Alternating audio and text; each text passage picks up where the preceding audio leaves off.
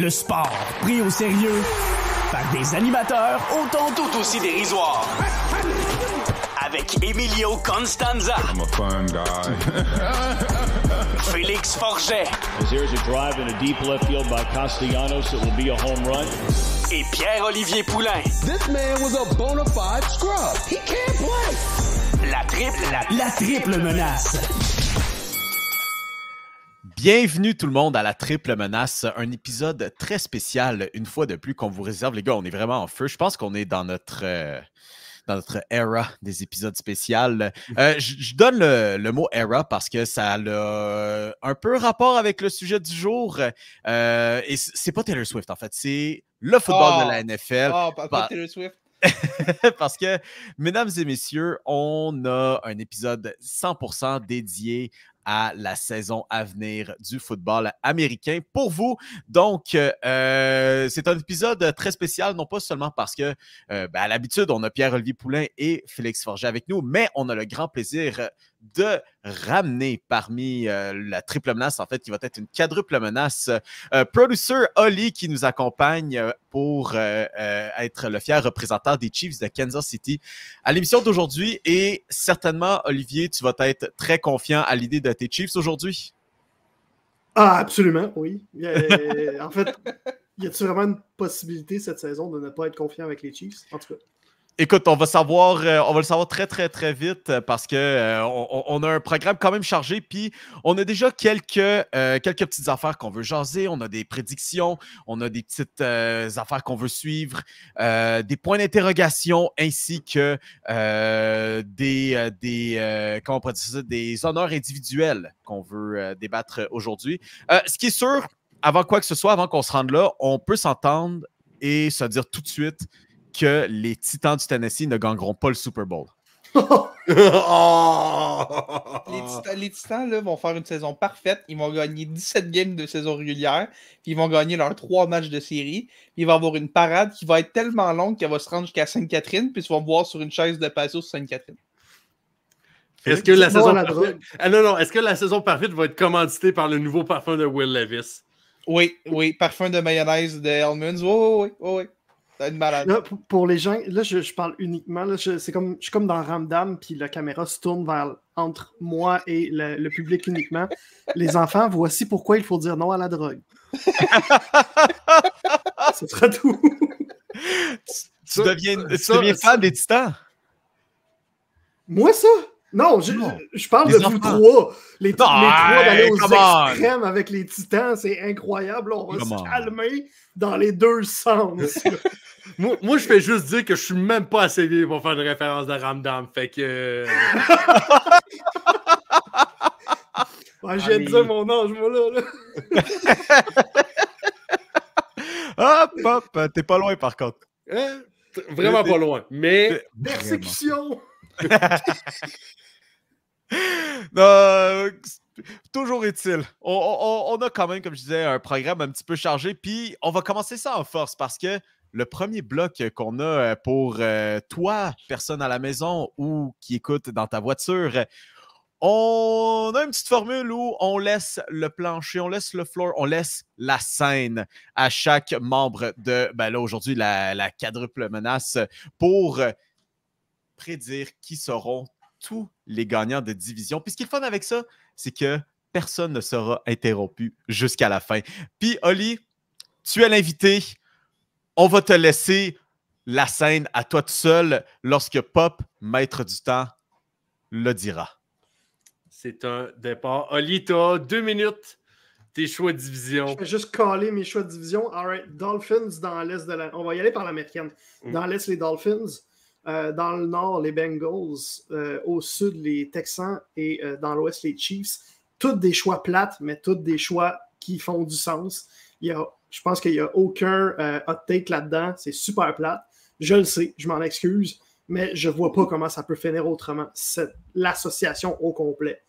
Dans la nationale, les Eagles dans l'est, les Packers dans le nord. Ça, c'est un premier hot take.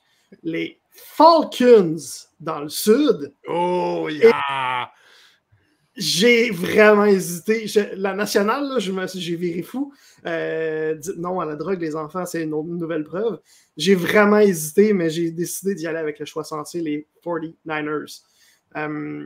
Je pense je peux juste analyser, je pense, mes deux hot takes, les Packers, les Falcons. Dans le Nord, ça va être vraiment serré, les Packers et les Lions, j'ai l'impression, et je suis full-on dans le Jordan Love boss. Et je pense qu'à la fin de la saison, l'énergie des Lions va tomber et les Packers vont prendre le relais.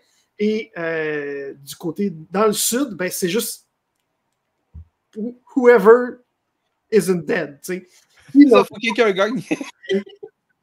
C'est pour vrai, on s'en fout, là, rendu là. Certainement des bonnes prédictions. T'as été très safe dans l'américaine, je pense. Oui, mais je vois pas comment ça peut être différent. Non, tu vois pas les Broncos passer l'air de Russell Wilson battre les Chiefs. C'est une nouvelle ère à Denver. Une nouvelle ère encore plus mauvaise que la précédente. Fait que fort probablement. Pop, qu'est-ce que toi, t'as pour dire? J'espère que tu vas être un peu plus sensationnaliste. Ça dépend à quel niveau tu veux ça. Écoute, on connaît tes choix de MVP. Est-ce que maintenant tes choix de vainqueur de division sont identiques? Écoute, la AFC East, contrairement à Oli qui semble vraiment convaincu que les Dolphins vont vraiment gagner cette division-là, j'ai hésité. Pour vrai, les Bills, je crois encore au projet un peu, pour au moins cette division-là, parce que, soyons honnêtes, c'est juste ces deux-là, mais je pense que je vais encore quand même avec les Dolphins, juste avec, tu sais, toi, Tagovailoa, Tyreek Hill, puis compagnie qui vont juste avoir une année d'expérience de plus. AFC North, par exemple, j'ai encore de la misère que Cincinnati va réussir à gagner cette division-là. Pour moi, Baltimore, c'est encore le choix sûr. Mio, je te regarde, juste que je suis désolé. J'aurais voulu prendre les Steelers aussi. Mais Baltimore a à peu près rien changé et a juste amené Derrick Henry de plus comme deuxième running back derrière Lamar Jackson. Fait que je fais juste dire que ça m'a fait mal à l'âme, cette phrase-là. Petit chance fire pour envoyer. Écoute, la AFC South, pour vrai, j'ai demandé à Félix tantôt si je pouvais prendre un 25 cents à 4$ puis le lancer dans les airs. On y reviendra un peu. Je sais que Houston, c'est le choix facile un peu, mais je pense que ça va être décisif jusqu'à la fin. Ça va se battre jusqu'à probablement la semaine 17-18 dans cette division-là. Puis Kansas City, je pense que ça fait unanime du côté de l'AFC. Je vais aller dans la nationale vite. Les Eagles qui vont ramasser cette division-là quasiment en se penchant presque, en faisant rien ou presque. Packers, Falcons, ça, par contre, Oli, moi, j'embarque là-dedans. C'est un petit hot take, mais j'avais envie d'embarquer là-dedans aussi. Puis les 49ers pour finir. Fait que non, mais je dirais que les Lions et les Packers, là, ça va. Puis il ne faut pas oublier les Bears. Les Bears vont, sans dire gagner cette division-là, vont quand même réussir à faire le fucker jusqu'à la fin de la saison, juste pour dire qu'ils vont envoyer un wrench dans les roues de quelqu'un. Ben, pour vrai, juste pour compléter sur ce que tu dis sur la NFC North, moi je pense que ça va être la division la plus serrée de toutes. Ah ouais, plus que le nord de l'américaine? Ouais, moi je m'excuse, Mio, tu me forces à te faire du mal. Mais... C'est Russell Wilson puis Justin Fields, c'est le carrière. Juste c'est ça, il y a aucune chance. Oui, mais c'est The Steelers, oui. Oui, mais c'est Russell Wilson. Tu vois, c'est Russell Wilson. Par intervention divine, les Steelers vont être en mesure d'avoir 9 victoires. The Steelers, oui, justement, c'est... Tout le monde va finir 9-8. C'est justement juste un mirage. OK, ils finissent 9-8, mais tout le monde sait, incluant eux-mêmes, qu'ils n'ont aucune chance. Le standard, c'est le standard. Est-ce que je pars le compteur pour toi, Mio? Ah, ben oui, moi, je suis prêt. Je suis prêt, vas-y. Donc, pour ce qui est de l'américaine dans l'Est, je me suis dit, tu sais quoi? on n'a pas eu la chance de voir plus que 4 jeux de cette équipe en santé l'année dernière. Donc, je vais déjà y aller avec une première prédiction osée. Non. Et les Jets de New York remporteront l'Est de l'Américaine par une toute petite marge avec les Dolphins en 2e et les Bills en 3e. Je reviendrai tantôt dans un autre bloc pour ce qui est des Dolphins, mais je les watch cette année. Dans l'Ouest de l'Américaine, y a-tu vraiment une surprise? Je dois le concéder. Les Chiefs de Kansas City l'emporteront. J'ai hâte de voir ce que les Chargers feront, par contre, avec le nouveau personnel d'entraîneur, avec Coach Harbaugh à la tête de tout ça. Le nord de l'Américaine, vos Steelers de Pittsburgh vont l'emporter avec une fiche de 11-6, tandis que toutes les hey, autres Pop, équipes... peux-tu le kick-out? C'est juste plus sérieux, là. Tandis... Oh non! Oh non! OK. Alors, les Steelers remporteront la division à 10-7, tandis que les 3 équipes suivantes seront à 9-8. C'est comme ça que ça va fonctionner le nord de l'Américaine toute la saison. Ouais. Dans le sud de l'Américaine, comme on a convaincu par décision unanime, parce que Félix n'est pas une vraie personne, les Titans termineront dernier de cette division, mais soit dit en passant, cette division sera gagnée par les Jaguars. Oui, je suis assez confiant. Ouais. Oh, oui. Moi, j'ai la belle chevelure de réponse qu'est Trevor Lawrence. J'ai vu quelques belles choses, puis je pense qu'on va être en mesure de faire notre meilleur cette saison, puis de corriger les petites erreurs. J'ai hâte qu'on se retrouve dans 8 semaines pour dire que j'avais pas raison. Dans la nationale, l'Est de la nationale, OK, oui, c'est un dossier qui va être surveillé toute la saison, mais les Cowboys de Dallas, pour moi, ont quand même un effectif qui est capable de remporter l'Est. Les Eagles, on a vu comment ils ont terminé la dernière saison. Qu'est-ce qui me fait dire maintenant qu'ils vont être aussi bons cette saison? Dans l'Ouest, j'ai les Rams. Je vous reviens tantôt, mais les Rams, je suis très confiant pour eux cette saison. Yes. Ils vont bounce back. Le nord de la nationale, j'embarque aussi sur le wagon. Jordan Love est un de mes joueurs préférés en ce moment. On va voir si ça aussi, c'est une prédiction qui va vieillir comme du lait. Mais si ce n'est pas les Packers, je vois les Lions être peut-être à une victoire du sommet du nord. Pour ce qui est du sud de la NFC, je vais y aller avec les Buccaneers. Ils m'ont montré des belles choses, surtout avec Baker Mayfield à la position de corps arrière. Il va être dans son Renaissance era. Puis, il va mener les Buccaneers vers le sommet du sud de la nationale. Donc, fait que Mio, tu vas contre ton boy Dan Campbell pour le nord de la nationale. Pour citer un grand philosophe, j'ai été bamboozled, led astray, Hoodwink, tout ça dans le match de division la saison dernière. J'ai encore... Même de conférence. Mon problème avec Dan Campbell puis avec les Lions, c'est que le style de coaching de Dan Campbell, ça a une date de péremption. Ouais. Fort probablement. Puis un moment donné, ça commande Starbucks, ça va y faire péter du cœur, fait que je sais pas lequel des deux va finir en premier, mais comme ça peut pas toffer. J'aimerais plate, ça. Là, mais ouais, moi aussi. Dieu sait que la ville de Détroit en a besoin. Mais non, c'est plate, mais malheureusement non. Félix. Moi, juste avant que Félix embarque, parce je vole déjà sa réponse, on le sait, il va dire les Titans dans le sud de l'Américaine. Mais non. Je suis vraiment curieux. Mio, laquelle équipe t'as dit déjà, toi? T'as dit les Jaguars. Les Jaguars. Puis ça, je m'excuse, c'est scandaleux, ça. Puis Pop t'a dit les Texans ou les Colts, je me souviens plus. J'ai dit les Texans, même si je crois que ça va se battre jusqu'à la fin, genre, quelque chose dans entre les 4 équipes? Ouais.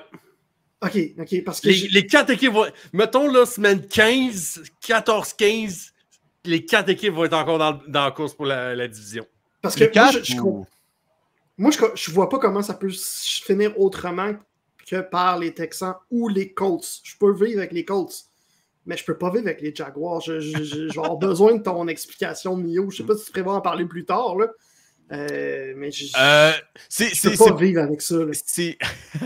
Non, j'avais pas prévu, mais c'est juste le jeu à l'attaque, je sais pas. J'ai eu une clairvoyance. Comme Pop, quand il a vu Daniel Jones, il y a quelque chose qui s'est allumé puis s'est dit Ça, c'est avec ça que je vais ride. Puis le jeu... Ça s'appelle la désillusion. Probablement.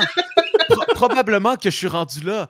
Probablement que je suis rendu là, mais écoute, mais si c'est pas les Texans, moi, c'est les Jaguars que je vois par le jeu offensif. Moi, tu sais quoi? Je pense que Trevor Lawrence, c'est une grosse saison qui s'en va pour lui. La raison pourquoi, on va savoir, ça va être une intervention divine. Peut-être que là, maintenant que le contrat est assuré, voyons voir comment il va jouer avec ça dans une division qui est presque ouverte. Pas totalement ouverte, mais presque ouverte. Ça, j'ai surtout hâte de voir ça. OK, là, on peut laisser Félix parler. Yes! Yes! Félix. Écoute, moi, je vais y aller tout de suite. Les Dolphins, sérieusement, je pense que ça va être assez facile. Les Bills ont.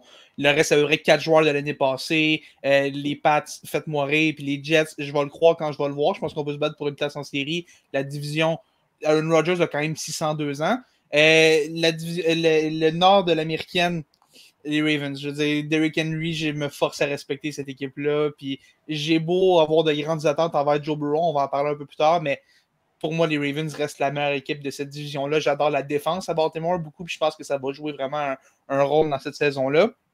Dans le sud de l'américaine, les Titans vont devenir la première équipe à avoir une saison parfaite et à ne pas gagner leur division, parce que je pense que les Texans vont quand même gagner leur division. Mais les Titans vont être là, deuxième, et les Jaguars vont être bons derniers, éliminés à partir de la semaine 8-9. Ça va être une saison épouvantable à Jacksonville, parce que cette équipe-là ne mérite pas d'être prise au sérieux. Et dans l'ouest de l'américaine, merci d'avoir participé aux 3 autres équipes, c'est super gentil, mais je pense que les Chiefs ont déjà gagné la division. Je pense qu'on peut déjà mettre un petit X à côté de leur nom, je pense que c'est déjà fait. Dans la nationale, je pense que les Cowboys vont gagner, vont devancer les Eagles. J'ai de la misère à respecter les Eagles, ça a été une fin de saison épouvantable l'an passé, et là on vient de perdre Jason Kelce, je me demande comment on va survivre avec ça. Tu regardes dans le nord de la nationale, je sais que les Packers, c'est le fun, puis je pense que tout le monde a un peu mal avec les Lions, mais ça reste la meilleure équipe, la meilleure ligne offensive. Il y a tellement de ressources offensives là, puis je vois Jameson Williams. Si Jameson Williams prend le pas en avant que je sens qu'il est capable de prendre, ça va faire en sorte que les Lions vont être à prendre au sérieux. Ça va offrir une autre arme dans ce jeu offensif-là. Le sud de National va être super intéressant. Je pense que les Falcons des Buccaneers, ça va se battre jusqu'à la toute fin. Je pense que ça va être les Falcons, mais ça va être au fil d'arrivée. Ça va être hyper serré entre ces deux équipes-là. Et dans l'ouest de la nationale, j'ai embarqué sur le wagon l'an passé et je ne peux pas les lâcher maintenant. Je pense que les Rams vont gagner cette division. Ouh, Félix. Ça en est une bonne, les Rams. Tu sais quoi, Phil? Tu nous envoies ça directement à notre prochain sujet parce que je vous ai demandé, OK? Je dis, les gars, j'avais un petit devoir pour vous autres. J'ai besoin que vous me concoctez des petites prédictions super osées qui vont peut-être au-delà du classement et toutes les affaires de même. Puis, moi, tu sais quoi, j'ai vu les Rams, puis je me suis dit, tu sais quoi? Les Rams, je pense qu'on peut parler d'une saison de 14 victoires. Oh! Attends un peu. Moi, je vais vous le dire, OK? Ça me fait vraiment chier ce que Mignon vient de dire parce que mon take que j'avais préparé, c'est non seulement les Rams vont gagner leur division, mais ils vont finir au premier rang de la NFC parce qu'ils vont vraiment avoir une saison qui n'a pas d'allure. J'aurais dit 14 victoires. Mio, ça me fait vraiment chier que tu m'aies volé mon hot take au complet. Mot pour mot, tu m'as volé. Parce que moi aussi, c'est ça, mais Félix, prenons cette opportunité de travailler en unisson, OK? Je sais pourquoi toi, oui, ça arrive pas souvent pour en profiter. Pourquoi toi, est-ce que tu vois les Rams de ton côté être une force dans la nationale? L'attaque est juste tellement bonne. Tant que Matthew Stafford reste en santé, cette attaque-là est tellement bonne. T'as Stafford, t'as Kyren Williams, t'as Puka Nacua, t'as Cooper Kupp, t'as une ligne offensive qui est revampée. Ils l'ont retravaillé au complet. La défense qui est incroyable. On a tellement de bons jeunes. C'est sûr qu'on a perdu Aaron Donald. Ça va faire vraiment mal. Aaron Donald, ça fait un... On a des jeunes comme Kobe Turner, Byron Young et tout. Et on a été chercher Cameron Curl, on a été Tre'Davious White. J'aime tellement ce qu'on a chez les Rams en ce moment. Et surtout, on a Sean McVay. Félix, il y a un nom que tu as oublié en défensive que moi, j'ai tellement hâte de voir. Braden Fisk. Vas-y. Oui. Braden Fisk. Incroyable. J'ai juste une question pour vous, les gars. Oui. Félix a nommé 4 noms de joueurs à l'attaque. Mm-hmm. Félix, peux-tu nous les rappeler? Matthew Stafford. Oui. Kyren Williams. Oui. Puka Nacua. Et Ouais. Cooper Kupp. c'est tous des noms qui ont été sur la liste de blessés plus ou moins longtemps l'année passée, non? C'est sûr que... Puis l'autre année d'avant, à part Puka parce qu'il jouait pas, puis l'autre d'avant, puis l'autre d'avant, puis l'autre d'avant. Non, quand même. J'exagère, mais comme... Ouais. Pas tant, là. En même temps, tu veux te parler des 49ers aussi, que Christian McCaffrey tout le temps blessé, Kittle tout le temps blessé. Cette division-là ne veut pas... Ouais, mais les 49ers, à l'inverse des Rams, les 49ers ont réussi à gagner malgré ces blessures-là. Pas les Rams. Ouais. Et puis surtout que Matthew Stafford a quitté l'entraînement plus tôt aujourd'hui. Il n'a pas terminé l'entraînement. mais Matthew Stafford, si ce gars-là respire, il va jouer. L'année passée, c'était vraiment sa main qui est un problème et tout. C'est pas un problème à l'ischio-jambier qui me fait voir Matthew Stafford. Même pas un peu. Même pas un tout petit peu. mais par contre, quand tu disais genre les Eagles ont perdu Jason Kelce, qu'est-ce que tu fais avec les Rams qui ont perdu Aaron Donald, par exemple? C'est sûr. Puis je pense que les Rams sont mieux équipés pour remplacer Aaron Donald. Ça se peut pas. Là. On va être clair, là, tu peux pas remplacer celui qui, pour moi, est le meilleur joueur défensif de l'histoire de la NFL.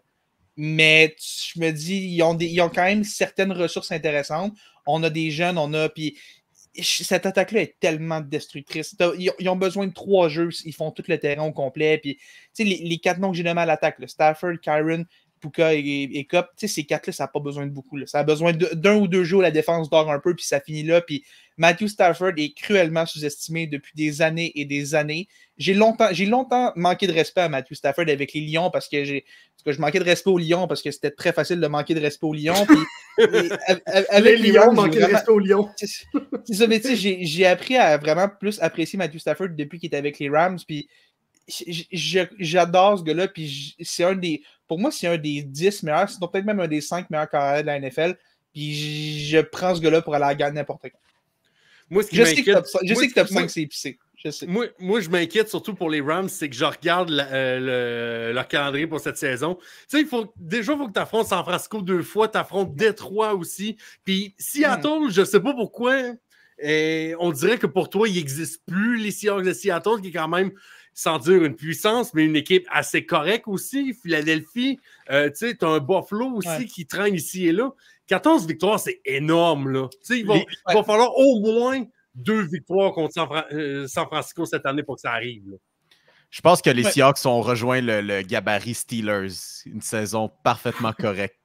Je pense qu'ils sont rendus là. C'est les Steelers, il y a 3 ans, genre. On a bâti quelque chose. On a bâti un standard de 9-8 à Seattle. Puis ça va être ça.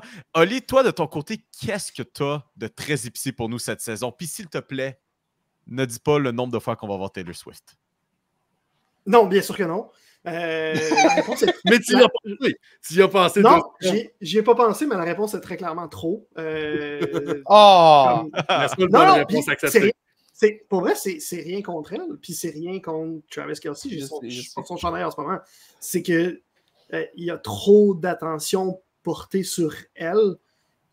Puis, tu sais, même les Swifties sont tannés qu'on parle d'elle au game de la NFL parce qu'elle peut-tu vivre sa vie, là?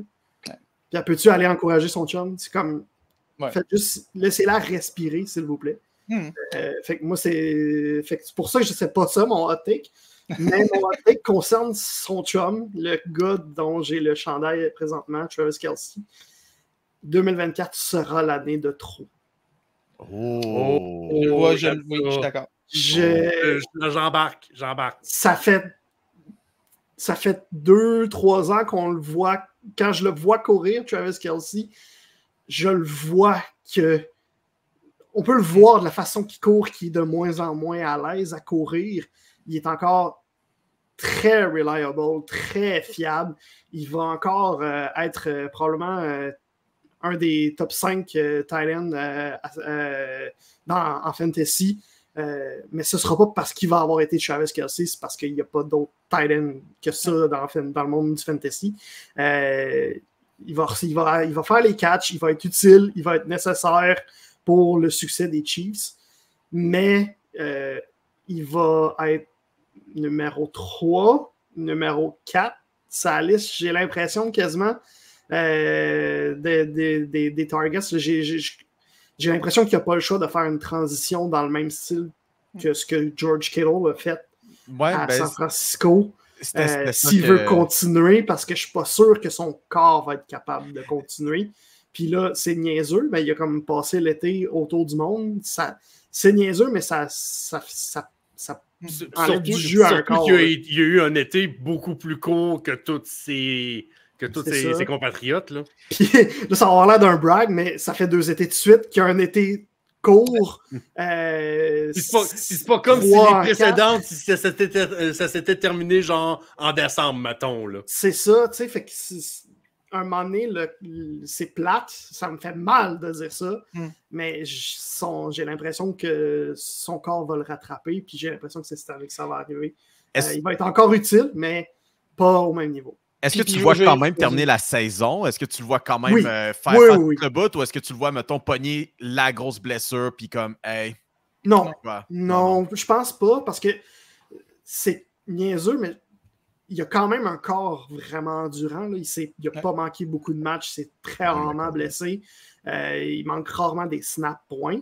Fait que ça, je pense pas que ça va arriver. Moi, je pense plus que c'est comme au mois de genre octobre, il y a, je sais pas trop quel insider qui va dire Travis Kelce is expected to announce his retirement at the end of the year, puis il va finir par le dire comme 3 semaines après, qu'il finit la saison, puis que ça finisse en décembre ou que ça finisse en février, ça va être sa dernière. Félix, tu avais un point à rajouter là-dessus? Ouais, ben, tu sais, l'année passée, sur le podcast, j'en avais parlé comme quoi j'ai regardé Travis Kelce jouer l'an passé, puis je me disais c'était peut-être sa dernière année. C'était plus le Travis Kelce des années d'avant, puis tu parlais que son corps éventuellement va le lâcher aussi. C'est con, encore là, peut-être que j'overanalyse une situation qui n'a aucun rapport, mais tu sais, des fois, quand le corps d'un athlète le lâche, je veux pas, il y a de la frustration. On le voit, puis au Super Bowl, on l'a bien vu. Il y a eu une altercation avec Andy Reid, puis oui, il y avait l'intensité du moment et tout, mais ça, c'est la bullshit. Non, mais c'est un exemple, entre autres.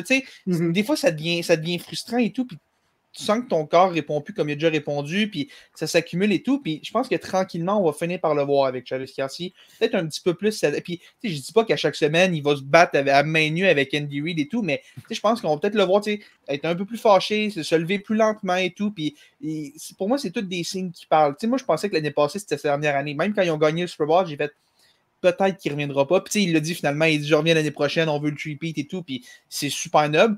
Mais je pense que un peu comme l'année passée, on l'a vu en milieu de saison, même en fin de saison, c'était super difficile pour lui sur le terrain. Finalement, en série, il s'est réveillé puis il est redevenu Travis Kelce le temps de quelques matchs. Puis je pense qu'éventuellement, c'est peut-être le meilleur scénario chez les Chiefs, qui là ont un bien meilleur personnel de receveurs. Si on est capable de garder Kelce pour l'utiliser comme, l'utiliser quand même pendant la saison, mais l'avoir vraiment comme arme puis l'utiliser à son plein potentiel en série, peut-être que c'est ça aussi la meilleure utilisation d'un Travis Kelce en 2024-2025. Mais clairement que si c'était pas du three-peat, d'après moi, c'est déjà réglé sur la retraite. Si c'était pas du three-peat, avec son frère, les deux Jason puis Travis auraient pris leur retraite ensemble. Oui, parce que l'après-carrière des deux est pavée en or. C'est fait. Particulièrement. Ben, c'est ça, c'est vraiment parfait là, pour eux. Fait que tu veux pas prendre de risque non plus, de risque inutile de scraper ça avec une commotion cérébrale de trop ou avec whatever. Fait que, tu sais, moi aussi, moi j'étais convaincu que si, même après la victoire, je me disais, d'après moi, il annonce sa retraite en même temps que son frère. Moi, je m'attendais à une conférence de presse conjointe. Moi, je pensais que c'était pour ça que l'annonce de Jason Kelce prenait du temps, que c'était pas parce que Jason Kelce n'était pas décidé, c'est parce que Travis Kelce n'était pas décidé. Fait que moi, c'est vraiment l'impression que j'ai. Est-ce que c'est genre du Delulu? Je sais pas. Mais c'est l'impression. Moi aussi, je suis d'accord. Non, mais ça a du sens. En attendant, le prochain hashtag CityESPN de Travis Kelce, Pop. OK, là, Pop, là, on se regarde d'œil à œil, OK? OK. Il y a quelques mois, OK? Tu m'as forcé à me lever. Après ça, je suis tombé à genoux dans mon Walmart parce que tu as osé dire qu'Aaron Rodgers allait être le MVP de la saison qui s'en vient. Je sais que j'ai mis les Jets pour remporter l'Est de l'Américaine, mais j'ai jamais dit qu'Aaron Rodgers allait être MVP. Non. Quelques mois plus tard, où te retrouves-tu là-dessus? Est-ce que tu as dépassé un niveau de Delulu là-dessus. Non, mais écoute, même cette prédiction-là, c'était un peu beurré épais juste pour faire réagir. Tu sais, Aaron Rodgers... Je sais pas si t'as remarqué, mais ça a marché. Là. Oui, ça a immensément marché. Mais tu sais, Aaron Rodgers revient d'une énorme blessure puis tout ça, mais non, c'est pas là que je veux aller avec mon hot take sur ce podcast-là. Moi, le hot take, il va se produire peut-être le 5 novembre. Le lendemain, juste quelques jours avant la présidentielle américaine. Le 5 novembre 2024, c'est la date limite des transactions dans la NFL. Et je vais vous dire que le gros poisson de ce trade deadline, on va en parler pendant des semaines, le gros poisson de ce trade deadline-là, il s'appelle Josh Allen. Wow! Wow! Moi, je vois Josh Allen. Attends. Je vois un scénario. Je dis pas que c'est ça qui va arriver. Mais tu me dis qu'il y a un scénario où tout va vraiment mal pour les Bills dans la première moitié de saison et qu'on se dise on rentre en rebuild, peut-être, puis je sais pas, on start un rebuild, puis on recommence tout à zéro. On gagnera pas avec l'équipe en place. Puis tu me dis, il y a un scénario que Josh Allen pourrait être sur le trading block au trade deadline cette année. Je t'obstine pas. Je ne t'obstinerai pas non plus là-dessus, autant que je ne m'attendais pas à ce que tu mentionnes Josh Allen, le corps arrière. Oh non, c'est ça, Josh Allen, le corps arrière. Pas Parce lui que, avec les Jaguars. En même temps, j'y repense, les Bills, ils t'en ont fait qu'un tabarnak de ménage après la saison dernière. Là. Tout le monde est parti. Parce que, mettons, là, dans un scénario où les Bills de Buffalo sont 3-7 ou genre 4-6, et tu te dis, OK, il est trop tard, on tire la plug. Qui que t'échanges? Qui que t'échanges pour recommencer un cycle à Buffalo? Personne. T'as personne. T'as Josh Allen drette là.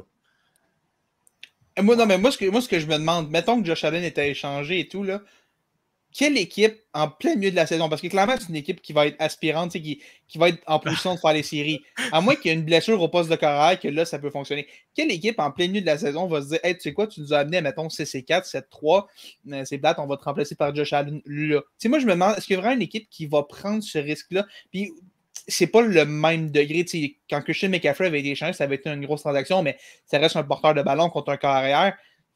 Je me demande, y a-t-il vraiment une équipe qui, en plein milieu de la saison, va se dire, gars, tu sais quoi, on va tout donner là, on a confiance, on va aller chercher Josh Allen qui va te donner notre nouveau corps arrière. Si ça se fait, puis je doute que ça va se faire, si ça se fait, pour moi, ça se fait plus pendant la saison morte. Je regarde ça, pour moi, ça se fait plus. Mais si Josh Allen part à la date limite des transactions, plus jamais de ma vie, je vais dire que la date limite des transactions dans la NFL, c'est plate. Parce que je suis coupable d'avoir dit ça à plusieurs reprises dans le passé. Si ça arrive, plus jamais, je vais dire des mots, date limite des transactions de la NFL est plate dans la même phrase. Plus jamais. C'est pas juste ça, il faut aussi que tu rentres la masse salariale là-dedans, puis après ça, c'est quoi que tu donnes en retour pour un rental? Ça va être phénoménal comme retour pour les Bills de Buffalo, mais... Je suis d'accord avec Félix que c'est probablement plus un move de off-season, mais Pop, tu m'as allumé sur quelque chose. La date limite, tu m'as dit, c'est quelle date déjà? Le 5 novembre. Novembre? OK. Les équipes que les Bills vont affronter d'ici là. Les Cardinals, une victoire. Les Dolphins, une défaite. Les Jaguars, une victoire. On est à 2-1. Les Ravens, une défaite. 2-2. Les Texans, 2-3. Les Jets, 2-4. Les Titans, 3-4, ça va. Non, 2-5, 2-5, 2-5. Les Seahawks, on va dire qu'ils sont à 4 victoires et 4 défaites. Les Dolphins, fait 4 victoires, 5 défaites. On est rendu, ça c'est le 3 novembre. Après ça, par contre, les Colts, les Chiefs, bye week. Ouf. Est-ce qu'il y a vraiment une possibilité que les Bills soient à 5 victoires rendues à leur bye week la semaine 12? Puis même, je trouve que peut-être 5 victoires, c'est peut-être même généreux un peu. Ouais, moi aussi. Wow. Puis dans le mauvais Fait que, sens, là, c'est beaucoup. C'est peut-être même Est-ce que les beaucoup ça, Bills l'histoire, là. pourraient. Est-ce que les Bills pourraient. Oui, c'est un move plus de off-season, mais est-ce que les Bills pourraient faire. Sais-tu quoi? Mais, Fuck it, on le fait maintenant.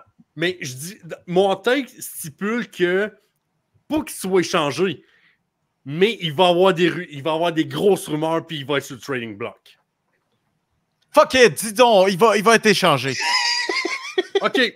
Aaron Rodgers, après avoir eu une première demi-saison de MVP, va se blesser, puis Josh Allen s'en va aux Jets. Fuck it. Si les Bills échangent Josh Allen à l'intérieur de leur division, c'est l'organisation professionnelle. Non, pas juste à l'intérieur de leur division, contre une équipe qui, théoriquement, selon nom, est basée dans le même état qu'eux. Même s'ils jouent au New Jersey, tu vois ce que je vais en venir avec ça. S'il échange Josh Allen à l'intérieur de la division, c'est l'équipe la plus stupide. Je n'ai jamais vu quelque chose d'aussi stupide. Jamais. La NFL, baby. Jamais vu quelque chose. Hey, même Christian McCaffrey, on l'a pas amené dans la division, on l'a envoyé ailleurs. C'est un vieux porteur de ballon. Hey, regarde, on l'amènera pas dans la division. Sérieux, on prend pas de chance. On l'a chipé dans une autre division. Josh Allen, non. S'il l'envoie au Jets. Juste pour clore cette discussion, je pense, je regarde les affrontements des Bills après leur bye week, puis c'est pire. Niners, Rams, Lions, Patriots, Jets, Patriots. Genre, une chance qu'ils ont les Patriots. Ouf. Ouais. Puis je serais même pas étonné qu'il en échappe une là-dedans. Fait, ils ont-tu vraiment des chances de gagner la division? Je sais même pas s'ils ont des chances de finir deuxième. Mais tu sais, les Bills, en même temps, ils pourraient finir genre les 10 premiers matchs à 4-6, caught fire, puis genre gagner leurs 7 derniers matchs de la saison. Non. C'est très Bills dans le concept de faire ça. Ça arrivera pas. Ça arrivera pas. Non, mais c'est vrai qu'ils font cette petite bullshit-là chaque année, par exemple. L'année passée, personne leur donnait une chance, puis ils sont arrivés quoi, avec 7 victoires de suite pour finir l'année. Ouais, c'est vrai qu'ils font ça pas mal chaque année. Ça, c'est vrai, par exemple. Je dis pas qu'ils vont le refaire cette année parce que là, le noyau est vraiment moins bon qu'il l'était dans les années d'avant. Là. Mais c'est vrai qu'à chaque année, t'as comme oh mon Dieu, est-ce que là, Josh Allen est vraiment stupide? Est-ce que là, c'est vraiment fini pour les Bills cette année? Puis là, ben finalement, non, c'était correct. Okay. Ils vont en gagner 5 de suite. Mais je vous le dis, le 1er novembre, après Halloween, nos 4, on va être sur Twitter en train de refresh toutes les pages de les Adam Schefter, les Ian Rapoport de ce monde, juste pour voir s'il y a des rumeurs sur Josh Allen qui va sortir. Écoutez, les Chiefs vont aller le chercher pour le transformer en tight end parce que Travis Kelce va ralentir. Wow! Ah, ça, il court bien. Ouais, on va lui donner, il court bien. il court mieux que Travis Kelce en ce moment. Si les Bills, ça va bien, sinon, on va peut-être avoir un nouvel effet sur les réseaux sociaux. L'année passée, on avait Taylor Swift. Cette année, on va avoir Hailee Steinfeld, probablement. Peut-être. Je suis trop vieux. Qui c'est ça? Je comprends pas la référence populaire. Ok, c'est juste... Ouais. Ouais, oublie pas, gap de génération. Il y a un petit gap qui se donne ici. Là. Oui. C'est la blonde de Josh Allen. Là. C'est une actrice. OK, est-ce que... mais je sais c'était qui de nom, mais je savais pas que c'était la blonde de Josh Allen. Pour vrai. Mais c'est qui? Moi, je sais même pas c'est qui de nom. Je suis vraiment trop vieux, je pense. Il fait des références à Ramdam, puis il sait même pas c'est qui les Steinfeld. J'adore ce gars-là. vieux. Oui, je pense que oui. Oli, j'espère que tu savais que Marie-Lou Wolfe est plus avec Guillaume Lemaitre-Vierge. Oui. OK. Non, oui, je suis vieux, j'ai pris un espresso pour être ici à soir, les boys. Oui, je suis vieux. Je suis couché à cette heure-là, les boys. Attends, quand tu parles d'espresso aux deux autres, c'est une tourne de Sabrina Carpenter. Là. Ils savent même pas c'est quoi le breuvage, là. Oh, il est grand temps qu'on passe à la prochaine question. Les gars, j'ai une question super simple pour vous pour poursuivre cette émission-là.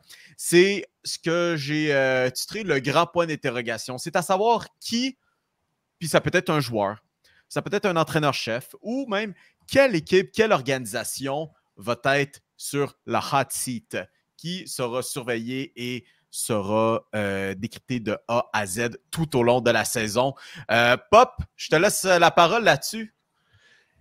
Ça va être... Tu sais, c'est immensément difficile d'imaginer ce gars-là perdre sa job parce que, excepté peut-être Roger Goodell, c'est peut-être l'homme le plus puissant de la NFL. Mais mon gars sur le hot seat cette année, ça va être Jerry Jones. Oh, j'aime ça. Jerry Jones, tous ses moves vont être scrutés à la loupe tout le long de l'automne et de l'hiver. Là, on a CeeDee Lamb qui n'est pas content. Tu as Dak Prescott qui va être à la recherche d'un autre contrat faramineux. Là, on a ramené Ezekiel Elliott juste parce que c'était genre « Hey, what up, good friend, I guess? » Puis tu sais, en même temps, on est dans une division où ce que les Eagles peuvent encore espérer de l'emporter. Et là, il ne faut pas rappeler aussi qu'il y a le fameux documentaire sur les cheerleaders qui est sorti, qui n'a pas dressé un super beau portrait de Jerry Jones aussi, qui fait passer pour un petit gars cheap un peu, malgré pour la richesse de ce gars-là. Donc, ce gars-là ne se ferait jamais éjecter de son poste. Là. Soyons honnêtes, il va être propriétaire des Cowboys de Dallas jusqu'à ce qu'il meure à genre 172 ans. Mais quelqu'un qui va être scruté à la loupe, ça va être lui durant toute la saison. Je partage tellement ton point. Comment tu vois ça? Est-ce que tu vois ça genre les fans commencent à demander est-ce que Jerry donne sa job de GM à quelqu'un d'autre, genre? Ça pourrait être une avenue, par exemple. Que là, on se dise propriétaire GM, là, ça commence à être vraiment trop long. Tu sais, Bill Belichick a réussi quand même à maintenir les deux fonctions à un moment donné jusqu'à la toute fin de son passage avec les Patriots. Puis même s'il était encore avec l'équipe aujourd'hui, je pense que les fans auraient eu sa tête au moins pour directeur général, qui aurait au moins demandé « Hey, reste coach, on va mettre quelqu'un pour toi. » Probablement qu'il n'aurait jamais accepté. Mais tu sais, je pense qu'à un moment donné, ça... C'est vraiment weird, c'est vraiment une dynamique weird d'être proprio et directeur général. Il y en a qui parlent de Reggie Dunlop comme joueur-entraîneur, là, mais ça, je dois avouer que c'est quand même assez... c'est moi le vieux ici, là. Quoi? C'est moi le vieux ici, là. Pourquoi tu sors des références de Reggie Dunlop? Mais en même temps, c'est ça. Tu sais, à quoi on pourrait s'attendre comme demande des fans de Cowboys? Maintenant, la question, c'est à quel point est-ce qu'on peut pousser les fans des Cowboys jusqu'au bout du gouffre? Puis pas juste les fans, les joueurs. Hey, je me souviens qu'il y a à peine quelques jours, tu as Jerry Jones qui est genre tu sais, il disait genre que CeeDee Lamb, genre qu'il soit pas là, ça change rien pour lui ou pour les négociations. Puis tu as juste CeeDee Lamb qui retweet sur Twitter et il dit LOL. Ça, c'est une belle relation de travail, ça. Mais ça, c'est de la game de négociation. Non, je comprends, mais tu sais, t'as des négociations son contrat, d'autres, là, tu sais. Oui, c'est sûr. Ça, c'est sûr. Mais j'ai l'impression qu'il va finir par l'avoir, son contrat. Ça va juste être plus tard qu'il veut. Puis après ça va être à combien? Puis là, les fans, puis tous les observateurs vont être genre, mais là, est-ce que ces deals-là vont demander trop cher pour rapport au marché? Puis là, qu'est-ce qu'il va donner pour Dak Prescott? Parce que là, le marché des carrières, on le sait tous, est en train de prendre feu depuis déjà 1 ou 2 ans. Puis après ça, est-ce que Dak Prescott va dire, hey, moi, 60 millions par année, let's go, moi, je le veux, là. Donc, Pop, de ton côté, Jerry Jones, et on peut dire quand même les Cowboys, mais surtout Jerry Jones est la personne à surveiller cette saison. Félix, je te renvoie la balle. Qui ou quoi? Moi, j'y vais avec un gars qui était déjà sur le siège éjectable l'an passé, qui, sérieusement, je n'en reviens pas, qui a gardé sa job avec la saison qui s'en vient, parce que la deuxième moitié de saison de cette équipe-là, c'était pathétique. Et la défaite en série, sérieusement, c'est une des défaites les plus humiliantes que j'ai vu une organisation avoir dans les dernières années. Comment Nick Sirianni a encore une job comme coach des Eagles? Et sérieusement, je ne peux pas croire qu'il va... Parce que moi, je m'attends à une mauvaise saison des Eagles. Je pense qu'on va être correct, mais je pense que ça va être une saison décevante parce que les Cowboys vont gagner cette division-là. Comment Nick Sirianni peut garder sa job une autre année? Je ne le vois pas. Moi, je pense que tu as le fameux Black Monday là, à la fin de la saison régulière. Moi, je pense que les Eagles ne feront peut-être pas les séries. Ça, c'est peut-être une prédiction un peu osée. Je pense que les Eagles ne feront peut-être pas les séries. Si les Eagles ne font pas les séries, Nick Sirianni commence à faire tes valises parce que c'est sûr et certain qu'on n'acceptera pas une saison où les Eagles ne feront pas les séries. On vient d'investir pour aller chez Saquon Barkley. Veux pas, c'est un gros investissement qu'on a fait. On a sorti de l'argent pour garder AJ Brown. On a Devontae Smith, on a Jalen Hurts. On a quand même des morceaux en défense et tout. Les Eagles ne peuvent pas se permettre une mauvaise saison. Puis je pense que Nick Sirianni, ça va être la première tête qui va tomber. Même si les Eagles sont 4-6, 4-7 en plein milieu de saison. Nick Sirianni ne finit pas la saison. Ce gars-là est pour moi l'entraîneur qui a le plus de chances de se faire congédier d'ici la fin de la saison. Puis d'ici oui, il peut se faire congédier en plein milieu de la saison et je pense pas qu'il survit la saison morte parce que je pense pas que les Eagles vont faire un bout de chemin en série s'ils se rendent en série. Ça va prendre quoi? Est-ce que ça va prendre une présence en match de championnat? Qu'est-ce que ça va prendre pour toi pour qu'au moins Sirianni sauve son cul, à part un Super Bowl, mettons? Qui pleure à l'hymne national. Faut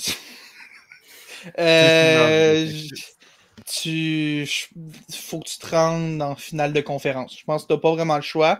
Puis tu peux pas, même si tu perds de façon humiliante en finale de conférence. Tu sais, ça tient pas à grand chose. Puis là, je pense qu'on y a vraiment fait un ultimatum de là, il faut que tu gagnes avec ces équipes-là. Puis je pense que Barkley c'était un gros morceau et tout. Je pense qu'il faut qu'il se rende en finale de conférence et même peut-être qu'il se rende au Super Bowl. Je pense que c'est aussi simple que ça. Je pense qu'on a des grandes attentes à Philadelphie, même si je trouve que c'est ridicule qu'on ait des grandes attentes envers ce noyau-là. Puis pour moi, Sirianni peut être le premier qui tombe pour injecter un nouveau souffle à cette équipe-là. Surtout que tu regardes les coordinateurs qu'on a. Vic Fangio peut devenir coach à tout moment, puis je pense que c'est quelque chose avec lequel les Eagles pourraient bien vivre. Je pense que ça peut être aussi simple que ça. Puis pour répondre à ta question, Pop, j'ai l'impression que ce qui va décider si Sirianni garde sa job ou non, c'est pas quand la saison des Eagles va finir, c'est plus comment. Fait que c'est pas... c'est à partir du moment où les Eagles font les séries, ça, Félix, tu l'as bien dit, il faut qu'ils fassent les séries. Ça, c'est strict minimum absolu. À partir du moment où on fait les séries, même si on perd direct à la première semaine des séries, mais qu'on le fait dans une défaite digne, si on veut, même ça pourrait lui permettre de garder sa job au moins quelques mois de plus. J'ai l'impression, mais faut au minimum faire les séries. Strict minimum. Moi, je regarde ça, puis Mio, j'aimerais ça que tu en rajoutes un point là-dessus. Je regarde le calendrier des Eagles. Semaine numéro 10, 9e match de la saison. Fait qu'on serait en plein milieu de la saison des Eagles. Dimanche après-midi, on affronte les Cowboys à Arlington. Ça, là, si on est genre 4-4 avant ce match-là et qu'on échappe ce match-là contre les Cowboys, c'est terminé. Ça, c'est le genre de match. Tu te fais rosser par les Cowboys, ils survivent pas. Ciao, bye, là. Même si t'es genre 5-3 puis tu te fais massacrer par 29 points contre les Cowboys. Cette game-là, c'est probablement la game qui va décider. Est-ce que c'est Nick Sirianni ou est-ce que c'est CeeDee Lamb qui va déménager? Ça va être malade, cette game-là. C'est pas comme si, justement, les 8 premières semaines chez les Eagles sont nécessairement faciles. Bon, OK, ils feront face une fois ou deux à des équipes comme les Giants, d'autres équipes de même, mais comme ils n'ont pas nécessairement un horaire très, très, très facile. Hey, moi, mon équipe, OK, que j'ai sur le siège éjectable cette saison, c'est pas... Ça n'a aucun rapport avec la saison régulière qu'ils vont avoir. Parce que la saison régulière, en tant que telle, c'est un horaire que je considère très facile. Où ils peuvent terminer facilement 12-5, peut-être un petit 11-6. C'est comment est-ce qu'ils vont faire en séries éliminatoires, qui sait peut-être même au Super Bowl. Et j'ai nommé les 49ers de San Francisco. Mm-hmm. Les 49ers, c'est une équipe qui est bien entraînée. C'est une équipe qui est bien gérée. Là, au moment qu'on enregistre ça, il n'y a pas d'entente finale pour Brandon Ayuk. Mais ça serait quand même désastreux de perdre un joueur de cette trempe du côté des 49ers qui ont échappé pas un, mais 2 Super Bowls depuis la décennie 2020 avec ce noyau qui est toujours en place, mesdames et messieurs, et ils n'ont pas de Super Bowl. Je sais que toi, tu ris parce que les 2 fois que ça a donné, c'était contre tes Chiefs. Oui. C'était contre tes Chiefs. Mais là, peut-être, regarde, on va savoir si les Chiefs vont être là. On s'en fout. Ils n'ont pas à battre les Chiefs pour se rendre au Super Bowl. Mais là, c'est une fois rendu au grand match. Parce que, oui, les Chiefs l'ont emporté. Mais ce qu'on oublie aussi, c'est que dans les 2 cas, les 49ers tenaient une avance qu'ils ont perdue. Au 4e quart. Au 4e quart. En fait, c'est simple. Les 3 dernières fois que Kyle Shanahan s'est rendu au Super Bowl, il y avait une avance d'au moins 10 points au 4e quart. Il a perdu les 3 fois. Dont un fameux 28-3 avec les Falcons en 2016. Encore combien de temps est-ce que tu peux endurer ça si tu es la base de partisans des 49ers qui est parmi les plus hauts standards au football? à quel point est-ce que tu peux endurer une autre présence, peut-être en finale d'association, peut-être un autre Super Bowl, et repartir les mains vides? Puis à quel point tu peux avoir au minimum un bon début de saison quand la saison commence avec une chicane avec ton receveur numéro 2. Puis pour vrai, avec les rumeurs que j'ai vues en ce moment, il y a peut-être, comme tu dis, Mio, en ce moment, à l'heure où on enregistre, il n'y a rien qui est sorti encore, il n'y a rien d'officiel. Mais peu importe tous les scénarios qui sont sortis, je vois pas comment les Niners peuvent en sortir gagnants. S'ils signent Brandon Ayuk, j'ai l'impression que ça va être trop cher pour ou trop longtemps. S'ils l'échangent, ben, tous les packages que j'ai vus qu'ils pourraient recevoir en retour, je vois pas comment. Je vois pas je trouve pas que c'est des packages qui sont de la valeur de Brandon Ayuk. Fait à un moment donné, je vois pas comment au minimum le début de la saison peut bien se passer pour les 49ers avec ça, à moins qu'ils réussissent par miracle. Kent News arrive. Pardon, Wentworth. Oui, c'est ça, qui arrive out of nowhere puis qui signe Brandon Ayuk à un deal de fou. Je vois pas comment ça peut bien se passer ce début de saison-là. Après ça, ça va être juste des embûches une après l'autre. Fait que je suis très d'accord avec ton choix. Puis Christian McCaffrey est blessé en ce moment. On pense qu'il va être prêt pour le début de la saison et tout. Christian McCaffrey est blessé en ce moment. Il y a ça aussi. Of course he is. Oli? Oui. J'ai plusieurs réponses, en fait. L'équipe, mettons, l'organisation qui devrait être sur le hot seat, mais qui ne le sera probablement pas, c'est les Panthers de la Caroline, parce que ça n'a pas l'air d'une organisation sérieuse, ça n'a pas l'air d'une organisation de la NFL. Je ne sais pas ce qui se passe là-bas. Depuis l'arrivée du nouveau propriétaire, il est arrivé en grande pompe en disant moi, je suis ici pour gagner, puis je vais tout faire pour gagner. Puis depuis ce temps-là, il n'y a rien qui se passe dans le bon sens. Toutes les décisions sont mauvaises. C'est lui qui les prend. Puis c'est lui qui les prend, mais je ne vois pas comment il pourrait se passer quelque chose qui pourrait... Ça va tellement mal que tu peux juste plus être sur le hot seat. À un moment donné, les attentes sont rendues tellement basses que... Rendu là, on s'en fout. À la limite, là, ils pourraient finir avec 0 victoire. Est-ce qu'il y aurait vraiment des gens surpris? Je ne pense pas. Puis, est-ce qu'il y aurait vraiment des gens comme offusqués? Est-ce qu'il y aurait vraiment un... C'est juste... Il n'y a aucune émotion envers les Panthers. La culture de l'organisation est une culture de médiocrité. C'est la même culture de médiocrité qui a fait des organisations comme les Lions de Détroit, comme les Browns de Cleveland dans les 20 dernières années, avant qu'ils deviennent somewhat corrects depuis 2019. C'est ce genre de culture-là. Et Dieu sait que c'est dur de se sortir d'une affaire de même. C'est tellement dur bâtir une culture gagnante, un peu comme les Chiefs, les 49ers, etc. Quand tu sors de là, tu es dans un bourbier épais, puis tu en as jusqu'au cou. Je veux dire quelque chose sur les Panthers, par exemple. Oui, il y a cette culture-là, puis après ça, je te repasse la POC, là, mais c'est sûr qu'il y a la culture qui est un problème, mais Dave Canales, le coach qu'on a engagé, qui était le coordinateur offensif des Buccaneers l'an passé, j'adore cette embauche-là. Puis peut-être que c'est pas l'avenir va dire si c'est une bonne embauche ou non. Mais tu parles quand même d'un gars qui, à ses 2 derniers arrêts dans la NFL, a sauvé la carrière de Geno Smith à Seattle et a sauvé la carrière de Baker Mayfield à Tampa Bay. Tu veux un entraîneur qui a une chance de sauver Bryce Young après une première année qui... Encore là, c'est difficile de juger Bryce Young sur sa première année parce que c'était pas exactement une bonne année pour ça. Je trouve qu'on a un super bon entraîneur pour ça, puis j'aime l'énergie qu'il y a avec Dave Canales. Puis Deontay Johnson, veut pas, oui, est un joueur qui a des problèmes d'attitude parfois par moment, mais c'est exactement le genre de receveur que tu veux pour Bryce Young. C'est le genre de gars qui va avoir de la séparation à tout moment. Puis... Oui, il y a beaucoup de mauvaises décisions qui ont été prises avec les Panthers, mais pour moi, ces 2 trucs-là, je ne dis pas que les Panthers vont faire les séries. Pour moi, il y a plus de chances qu'ils soient derniers de la ligue, qu'ils soient proches du portrait des séries.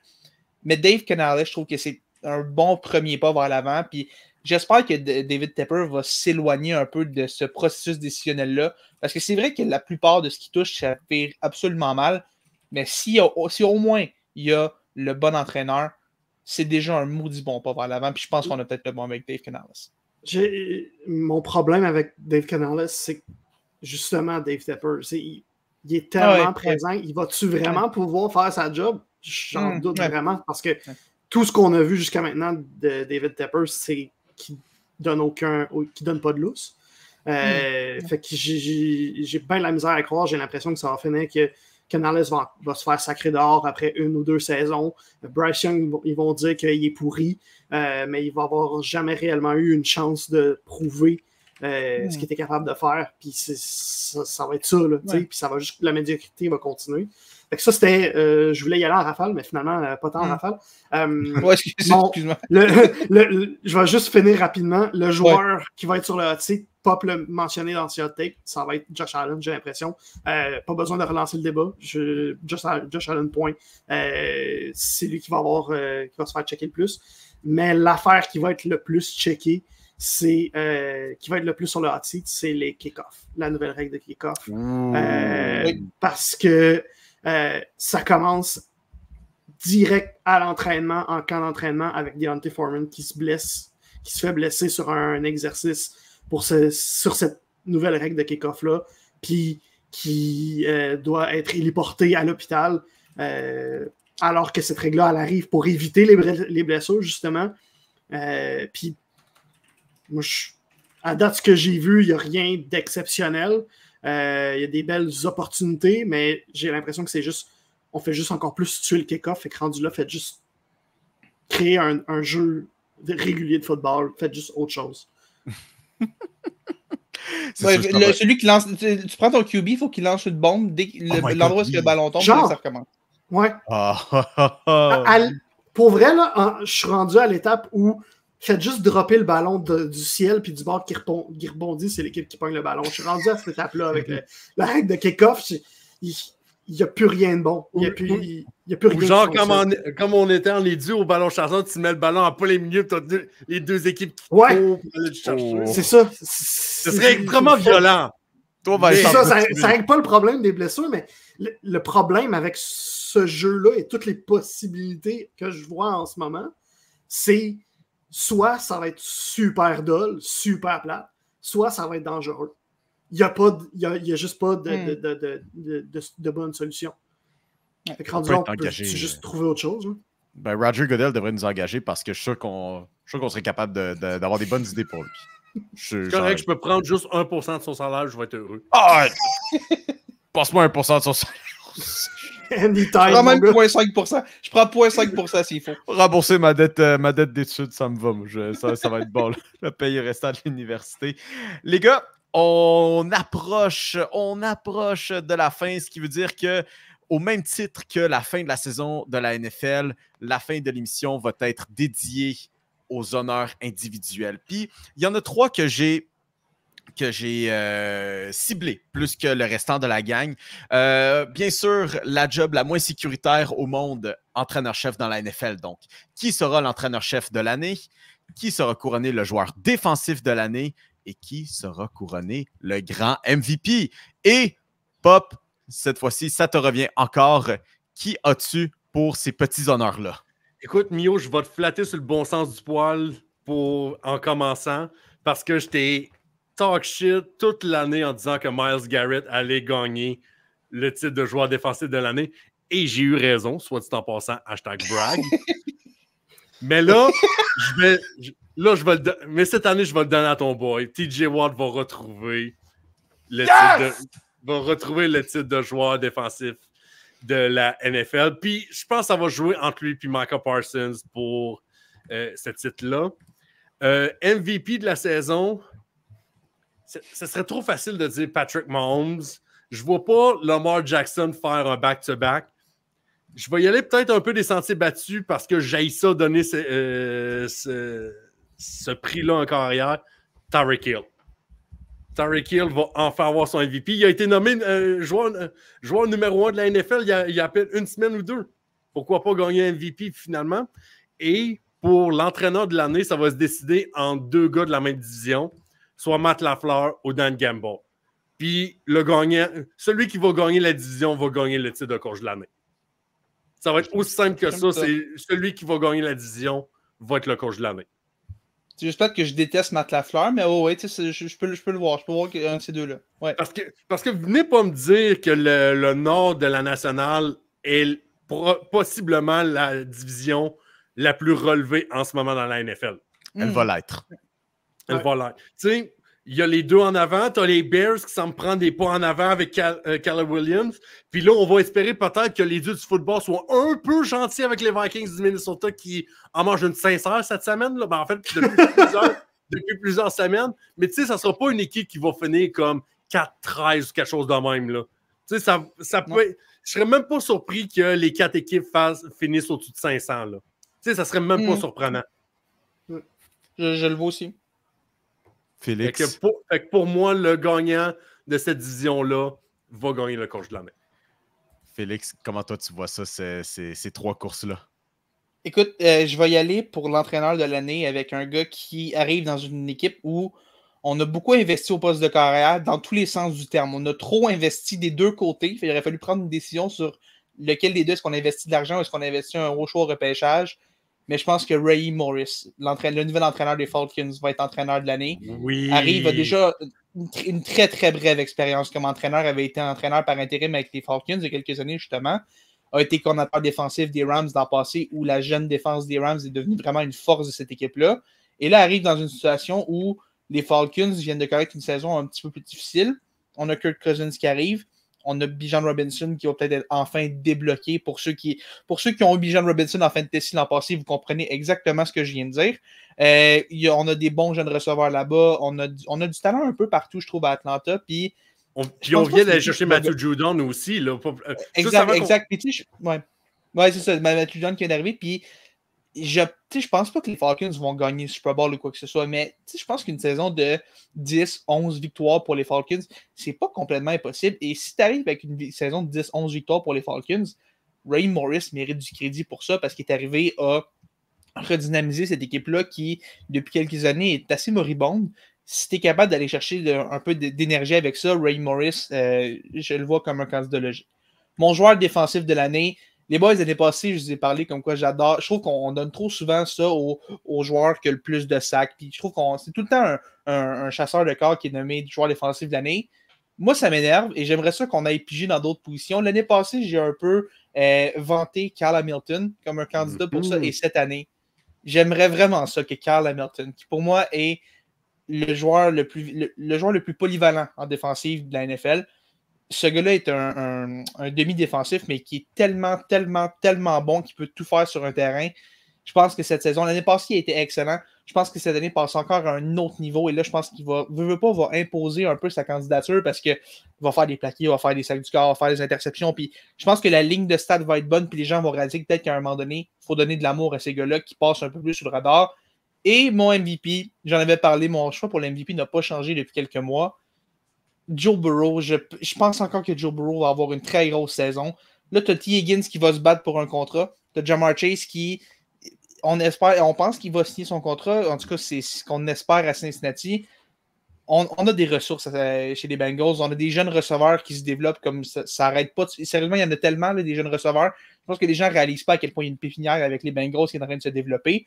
Une ligne offensive qui, j'ai l'impression qu'on la retravaille à chaque année, est tout le temps un peu ordinaire, mais tu sais quoi, cette année, comme le fou qui y croit à chaque année, je vais y croire que cette année, c'est enfin la bonne pour la ligne offensive des Bengals, qu'on va au moins être capable de garder Burrow sur ses 2 pattes plus que 2 secondes avant qu'il tombe.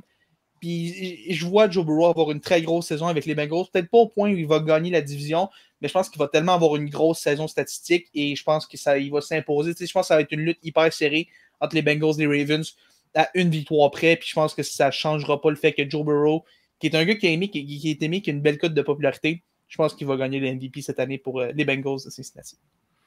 Joe Shiesty. Ça Cody Rhodes. Oui, puis en plus, il ressemble à Slim Shady. Ça, pour moi, ça vaut 300 000 points dans le course MVP. Prime Slim Shady. Ouais, mais non, c'est pour la même raison, j'aime Stuart Skinner parce qu'il a une moustache. Moi, un gars qui ressemble à Slim Shady, je m'excuse, mais ça vaut quelque chose. Mais Slim Shady est mort. Ouais, mais gars, ça mais vaut c'est réel. Il est pas mort avec un Il est mort avec un très mauvais album.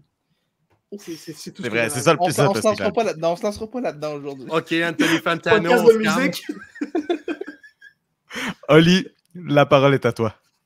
Mon premier réflexe pour coach de l'année, c'était d'appliquer ce que j'ai prêché dans mes choix des gagnants de division et de dire si j'ai raison avec ma prédiction sur les Falcons d'Atlanta, ben c'est Ray Morris et rien d'autre qui va gagner le coach de l'année. Sinon, ben ça va être Matt LaFleur. C'est sûr et certain, j'ai l'impression.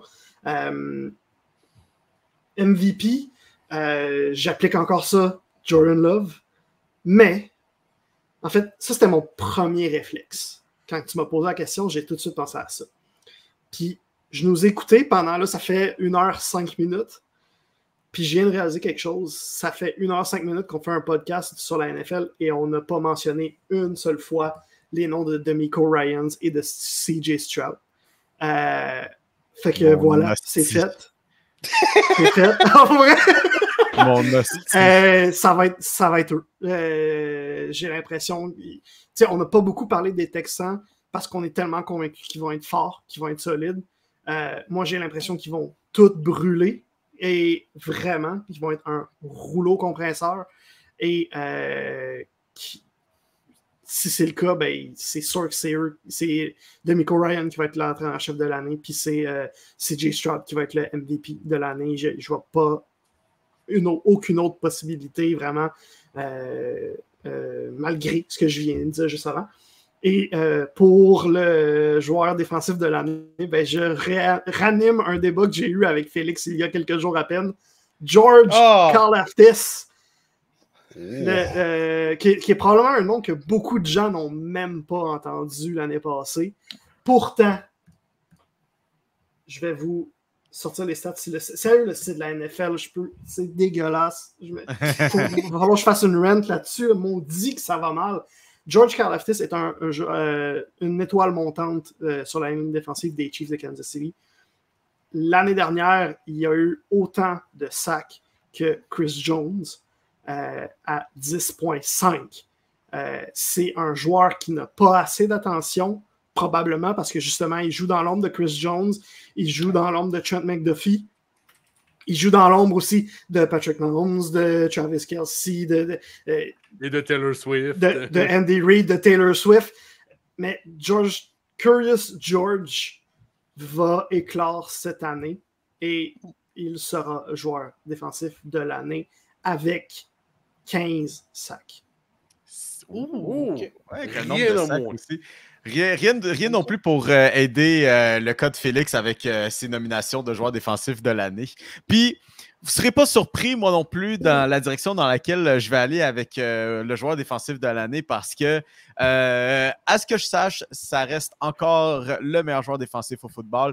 Nommé 8e meilleur joueur par ses coéquipiers. Aurait dû le gagner. Tellement Dora qui a même écrit sur Twitter après rien à quoi je ne suis pas habitué. T'sais. Nothing I'm not used to. Et j'ai nommé TJ Watt pour joueur défensif de l'année. J'ai tellement eu peur qu'il parle encore d'Antonio Brown. Là. Une maudite chance qu'il est dans J'aurais pu continuer mon sujet à amener puis dire les succès des Steelers seront parallèles à ses propres succès. Alors, non, pas d'Antonio Brown. Il y a quelques semaines dans l'épisode où tu as vanté Antonio Brown, j'étais sûr que c'est là que tu t'en allais. Genre, il joue plus dans la ligue, mais j'étais sûr que c'est là que tu t'en allais. Pareil, tu l'as tellement vanté. Envoie-moi pas sur la spirale Antonio Brown, circa 2017-2018. On en serait là pour encore des heures. Mais à part de ça, TJ Watt, mon MVP, OK, oui, là, je vais l'admettre, j'ai beaucoup trollé, OK, en mentionnant les Jaguars, OK. Je les vois quand même être une bonne équipe. Mais on va être réaliste. Oui, les Texans et CJ Stroud étaient en effet mon choix pour le MVP.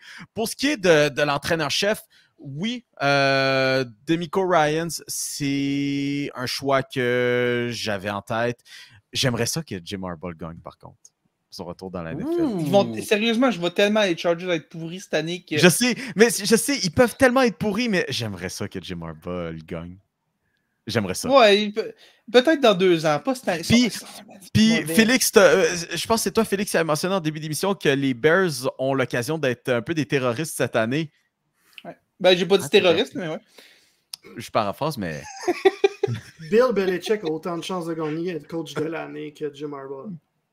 Mais mais Matt Eberfluss avec les Bears. Ouais. Si les Bears, ça va bien, là, tu sais, mettons... Ça, c'est un énorme si, mon chum. Hein. Mais mettons, OK, tu donnes donnes combien de victoires aux Bears pour que Matt Eberfluss gagne entraîneur-chef de l'année? Au-dessus de 10 places en série. 10 places en série. Ça prend 10 places en série. Ça pourrait arriver. Mais Oui. ça va être à voir... Oh, on a un contrepoint. Oli? Avec l'entre-saison que les Bears ont eu, je pense que la personne qui pourrait recevoir un prix du côté des Bears à la fin de la saison, c'est plus leur directeur général que leur entraîneur-chef. Oh. À moins qu'il y ait vraiment un réel gros nombre de victoires out of nowhere, un 12, un 15, ce que je pense pas qu'il soit possible. Je pense qu'à 10 victoires, une place en série, ils l'ont pas. Ils donnent pas le plus.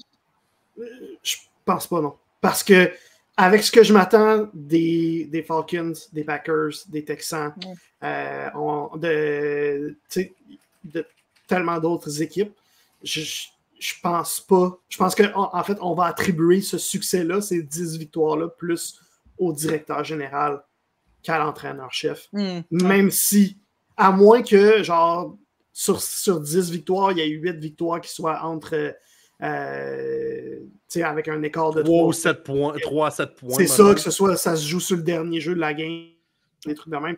Là, peut-être, mais sinon, j'ai l'impression qu'on va plus attribuer ces 10 victoires-là au directeur général qu'à l'entraîneur. OK. On vous a demandé, le public, sur Facebook cette semaine, vos prédictions les plus osées, histoire de participer un petit peu à l'émission d'aujourd'hui. Puis, on a eu deux belles réponses. En fait, on en a eu une très simple, mais qui va au point. Et on en a une qui a plusieurs points très développés. On va commencer par la plus simple. Oli, tu vas l'aimer. Mais ça vient d'Emeric Macias qui dit « C'est très simple, on sait déjà de qui il parle. Three-peat, you already know, baby. » Emeric, je t'aime. Emeric, je t'aime. Mais mon problème avec... je le dis dessus ou je le dis pas? Dis-le! Vas-y. C'est un safe space. J'avais un autre hot take de prévu. Et ce vas-y. hot take-là était que le Super Bowl allait se jouer entre deux carrières de deuxième année. Soit les Texans et les Packers. J'adore ça. J'adore ça. Pour vrai, j'adore mes Chiefs. Et je pense vraiment qu'on a une équipe qui pourrait aller très loin en série encore cette année. Mais good things hands. Il y a toutes bonnes choses à une fin. Est-ce que c'est moi qui essaie de se protéger et de ne pas me blesser en essayant de croire à la peau possible de Trippy? Ou est-ce que c'est vraiment parce que je pense que les Texans vont vraiment tout brûler? Je sais pas. J'ai l'impression en fait que la division des Chiefs est tellement faible que ça va pas assez bien les préparer pour les séries. OK. Deux choses, Oli, que je veux parler avec toi rapidement là-dessus. De un, juste mentionner que le monde qui dit que les Texans vont tout brûler sur le passé, les Texans vont avoir de l'attention, tout le monde va être sur eux autres, la pression va être énorme dessus. Ça, je le dis depuis des mois sur ce podcast-là. Ouais. C'est pas assuré que cette équipe-là va tout brûler parce qu'ils vont avoir de l'attention. Ceci étant dit, si dans ce cas-là, Oli, tu penses que les Chiefs ne réussiront pas le fameux three-peat, ça s'arrête où? Match de division? Match de championnat de ligue? Super Bowl? Je n'irai pas à dire qu'ils vont manquer les séries, mais lançons parce que c'est mathématiquement possible. Ça s'arrête où? Là, je vais être redondant, mais je pense que la seule équipe dans l'américaine qui est capable de battre les Chiefs, ça va être les Texans. Je suis peut-être trop dans le bandwagon, là, mais c'est pas juste à cause de l'attention que les Texans vont avoir. Moi, j'ai l'impression que les Texans vont avoir de l'attention parce que ça va être mérité, à moins que Stefan Diggs décide de faire un Stefan Diggs puis de faire imploser le club, mais je pense que ça va être plus que mérité. En fait, si les Texans n'ont pas 15 victoires, je vais être déçu. Wow! 15 dans la saison régulière? 15-2, puis tu vas être 14-3, puis t'es déçu. Ouais. Wow. Je m'attends vraiment à une grosse saison des Texans. Je suis peut-être trop dans le bandwagon, peut-être que je suis débile, là. Mais je vois vraiment... Mais c'est exactement ça. Tout le monde pense que cette équipe-là va tout détruire sur le passage. Okay. Je vais t'expliquer qu'est-ce qui me fait penser ça. Je regarde les Texans de cette année et je vois les Chiefs de 2020. De leur premier Super Bowl. Je trouve qu'il y a beaucoup, beaucoup de points en commun entre ces deux équipes. Il y a beaucoup de points qui ne sont pas en commun aussi, là. Je vais l'avouer. Là. Mais je sais pas. Je trouve que la vibe autour du club est comparable. Fait que, ouais, je pense que c'est juste pour ça. Puis ce qui est gros pour les Texans, que je trouve qu'on ne parle pas assez, tu sais, souvent, ces équipes-là, ces jeunes équipes-là qui montent, qui ont des jeunes coordinateurs vedettes, ces coordinateurs-là s'en vont coach. Les Texans, l'an passé, le succès de leur attaque, DeMeco Ryans, c'est un coach à vocation défensive. C'est pas lui qui avait les mains sur cette attaque-là, c'est le jeune Bobby Slowick qui était coordinateur offensif et qui l'a encore cette année. La stabilité, tu donnes de la stabilité à un jeune carrière comme CJ Stroud. Je m'excuse, mais ça vaut quelque chose. Bobby Slowick, j'en ai parlé sur le podcast quand Mike Vrabel avait été congédié. Pour moi, c'était un de ceux que je voulais le plus comme remplaçant à Mike Vrabel à Tennessee. Finalement, Brian Callahan, qui était aussi un gars que j'aimais bien, a eu le poste finalement, mais Bobby Slowick est resté là. Et pour moi, c'est vrai que ça peut jouer en la faveur des Texans. Oui, il y a des morceaux qui ont bougé, Stephon Diggs et tout, puis Joe Mixon qui est rendu le porteur de ballon partant. C'est une amélioration, c'est quand même, on n'en parle pas beaucoup. Devin Singletary n'est pas mauvais, mais Joe Mixon reste une amélioration. La stabilité que tu lui donnes et les receveurs, sérieusement, ça n'a aucun sens, ce groupe de receveurs-là. Tank Dell, qui a une super belle saison recrue, est troisième. Il y a tellement de ressources là-bas. C'est vrai que les Texans peuvent avoir une bonne saison. 15-2, je trouve, c'est beaucoup. Parce que je pense qu'on a une bonne division. Puis je pense que veut pas. Les matchs de cette division-là, en tant que fan des Titans qui les écoutent toutes depuis des années, je te le dis, il y a de la bullshit. Les Colts, les Jaguars, il y a tout le temps de la bullshit dans ces matchs-là. La seule certitude, les Colts vont battre les Titans vont battre les Jaguars. C'est les deux seules certitudes que tu as dans ces matchs de division-là. Mais je pense que la division est assez relevée que peut-être 13, 14, 15, je trouve que c'est beaucoup. Je suis pas sûr qu'on va être capable de se rendre à 15 dans saison régulière pour les Texans. Même 13, je trouve ça qu'on pousse, là. Ben, tu sais, puis en plus, je dis que je compare aux Chiefs de 2020, puis les Chiefs de 2020 n'ont pas été autant dominants que ça. Mais je sais pas, il y a quelque chose qui m'allume des Texans, peut-être que je suis des loulous. C'est fort probable, mais je sais pas, il y a quelque chose qui m'attire dans ce club-là. Tout ça est né d'une discussion sur un three-peat assuré des Chiefs de la part Ouais, mais la question est simple. Fallait mettre de l'os sur. Exactement. En veux-tu une prédiction qu'il y a de l'os? On en a quelques-unes de Mathieu Vachon, ancien invité du balado, qui a 3 petites prédictions pour nous. La première, et cela, c'est quand même scandaleux. Cette année, le MVP va être Josh Allen, le corps arrière. Après avoir été changé. En théorie, ça devrait être une deuxième année de suite en tant que MVP, mais bon. Donc, on sait. Wow! Attends, Répète ça! Je vais reciter. MVP devant CMC. Je vais reciter mot pour mot ce que Mathieu a dit. Cette année, le MVP va être Josh Allen. En théorie, ça devrait être une deuxième année de suite en tant que MVP, mais bon, 3 petits points. Je peux comprendre quelqu'un qui avait Josh Allen devant Lamar Jackson l'an passé. Je peux comprendre ça. Mais ce que j'aime là-dessus, c'est qu'il m'a rejoint un peu là-dessus. C'est que le team de PR de Lamar Jackson lui a donné l'MVP au lieu de Lamar Jackson lui-même. L'affaire, par exemple, avec Josh Allen, que je me demande à qui il va lancer le ballon. Qui va être son receveur? En ce moment, là, le receveur numéro 1 des Bills, c'est Dalton Kincaid, qui est un allié rapproché de deuxième année. Pour ça, tu tombes à qui? Tu tombes à Keon Coleman qu'on vient de repêcher en deuxième ronde. Ça descend vite. Je trouve qu'on n'a pas les ressources dans le jeu aérien. Puis ça va être la première fois qu'on va voir Josh Allen sans Stephon Diggs depuis sa saison recrue. Il était épouvantable. J'ai hâte de voir. Tu sais, c'est plus le Josh Allen qu'on a connu à sa saison recrue. Mais il y a ça aussi. Il y aura plus Stephon Diggs. Il y aura plus. Il y avait Gabe Davis qui était là aussi, qui n'est pas là. Comment Josh Allen va répondre à ça? Ça, j'ai très hâte de voir ça. Moi, ce qui me fait peur dans le cas de Josh Allen, c'est on le connaît. Tu sais, même avec les armes que tu as toutes nommées, Félix, ce gars-là va aller dans les tranchées, va se pitcher. Josh Allen se pitcherait sur devant un 18 roues pour aller chercher 2 verges supplémentaires malgré les armes qu'il a. Quand même. Là, ces armes sont plus là. Josh Allen va avoir encore plus l'impression de « je dois carry ce club-là, je dois tout faire, je dois aller chercher la verge de plus, quitte à sacrifier mon corps. » Et on sait que Josh Allen se fait souvent frapper puis se met dans des situations où tu te dis son corps ne pourra pas faire ça pendant 12-15 ans. Travis Kelce disait tantôt c'est peut-être l'année de trop. Moi, je pense que ça va être l'année peut-être où ce que Josh Allen on va commencer à parler de lui comme un gars avec un historique de blessure. Je pense que ça va commencer cette année parce que ce gars-là va vouloir trop se donner sur le terrain pour faire gagner son équipe. Ah, on peut pas lui enlever, en tout cas, c'est sûr. Ça, c'est une intervention. Matthew, c'est un chum. Je le connais à l'extérieur du pod. Ça, c'est une intervention. Matthew, t'es père de famille. Tu consommes trop, je pense. Oh! T'as besoin d'aide, Mathieu. L'année passée, je peux vivre avec. Cette année, je peux pas vivre avec. Aucune chance. Le manque de sommeil commence à se faire voir, là. Oui.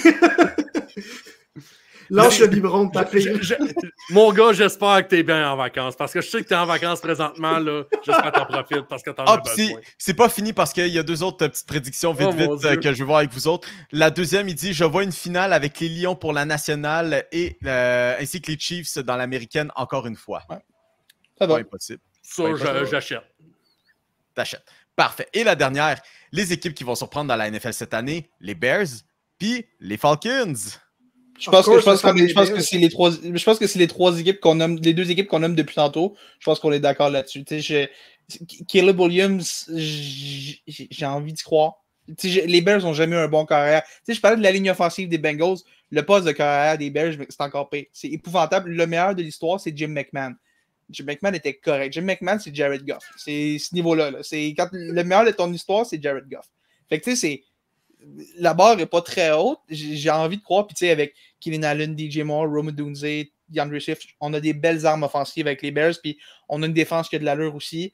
Je pense qu'on peut surprendre. Je pense qu'on peut être dans la course aux séries. Je ne sais pas si on va se rendre, mais je pense qu'on peut être là. Puis les Falcons, je pense qu'on les a tous vus comme des sérieux prétendants dans cette division-là. Je pense aussi que c'est une équipe qui peut surprendre. Et même si Kirk Cousins, visiblement, ne se remet pas de sa blessure aussi bien qu'on croyait, on a repêché Michael Penix dans le top 10. Fait. Bon, on a une option pour se protéger si jamais. Félix. Mathieu, au moins, il est tombé du high de consommation. Ça fait beaucoup plus de sens. Les deuxième et troisième prédictions font beaucoup plus de sens que la première. Il est fan des Bears, fait que je peux pas l'empêcher non plus de prendre pour son club. Mais il le fait pas de manière délusionnée. Ça va. Non, exact, clairement pas. Les boys, on a un petit épisode très spécial qui s'en vient la semaine prochaine. Félix, est-ce que tu avais envie de mettre un petit peu la table pour ça? Écoute, la semaine prochaine, on vous en a déjà parlé un peu vaguement. On va ramener notre cher producer Oli la semaine prochaine qui va être de retour avec nous et on vous prépare un show spécial fantasy. On va faire un repêchage. Moi, producer Oli et Pop ensemble, on va faire un repêchage pour vous aider à gagner votre ligue de fantasy. On va vous donner nos meilleurs conseils. Et Pop, dans le fond, c'est simple. Vous prenez l'équipe à Pop, repêchez aucun des joueurs qui va être là-dedans. C'est sûr et certain que vous allez gagner. Sûr et certain. Pop va prendre le malheur pour tous les joueurs que vous ne voulez pas. Fait inquiétez-vous pas. Faites juste pas prendre l'équipe à Pop. Suivez les équipes de Lee puis moi. On va vous guider vers la victoire. Ça va super bien aller. Et en plus de ça... Quand même. J'ai déjà été bon fantasy. Je le suis d'un peu moins. Là. Ouais, mais t'es pas Pop. Ça va. J'ai plus confiance en toi qu'en Pop. Oui, le monde doit comprendre que le nom d'équipe fantasy de Oli pendant plusieurs années était Aggressively Average. Je le porte fièrement. Là. C'est absolument vrai. J'ai un titre. Moi aussi, j'en ai un. Moi aussi, j'en ai un, mais personne n'en parle. J'ai plus confiance en mon chien que toi pour mon... C'est terminé. Il quitte. On va finir le show là à 3. Et bref, après le show de fantasy, on vous prépare aussi quelque chose pour cette saison. Les fans de football qui nous suivent, On vous prépare un pool de type Survivor, ceux qui connaissent moins. Dans le fond, à chaque semaine, vous choisissez une équipe que vous êtes sûr qui va gagner son match. Si cette équipe-là gagne son match, vous passez à la semaine d'après. L'objectif, c'est de rester le plus longtemps en vie en prenant les équipes qui, vous croyez, vont finir par gagner leur match. On vous partage le lien sur nos réseaux sociaux cette semaine. On vous invite à participer. On va avoir du super gros fun avec vous autres sur ce pool-là. Et on est super content de vous organiser ça parce qu'on veut vivre la saison de football avec vous cette année. Et on trouve que c'est une super bonne façon de faire vivre ça avec vous. Et bien sûr, je serai modérateur et dans le rôle de Roger Goodell. Pas avec le même salaire, mais le rôle de Roger Goodell pour votre... Ben, peut-être 1%. Peut-être 1% s'il nous appelle pour la règle. Félix, tu me dis juste 1%. Attends un petit peu, là, juste avant. Là, Roger... Podcast de maths! Podcast de maths! Alors... Il y aura toujours une stat. Il y aura toujours une stat. Laissez-moi ouvrir la calculatrice. Là, 1% fait diviser par 100. Fait juste enlever 2 Ouais, mais gars, c'est un podcast de maths sur quand on a fait calculatrice. Donc, divisé par 100. On va sortir la T81 ou je sais pas trop. Alors, on parle... La T83 plus comme au secondaire, genre. Donc, un salaire... dessus, genre. J'ai tout perdu mon affaire. Attendez un peu. On va l'avoir. Laissez-moi juste... voilà.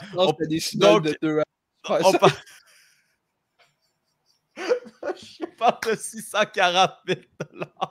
Parfait. Combien? 640 000 $. Américain. Fait que tu vois, il fait 64 millions de dollars américains par année. Américain. OK.